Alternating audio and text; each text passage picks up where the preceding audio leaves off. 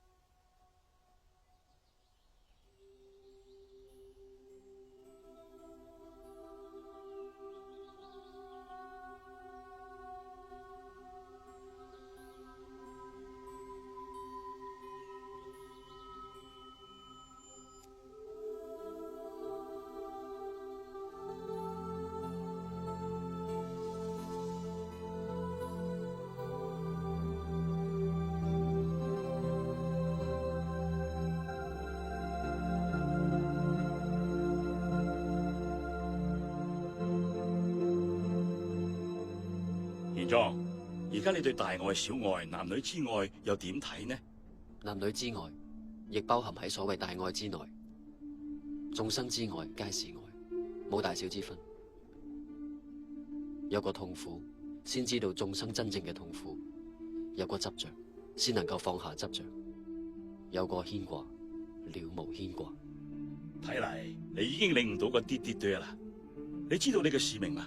眾生皆苦，解救人世間嘅苦難，普渡眾生嘅唔係我，而係天竺嘅22部經書。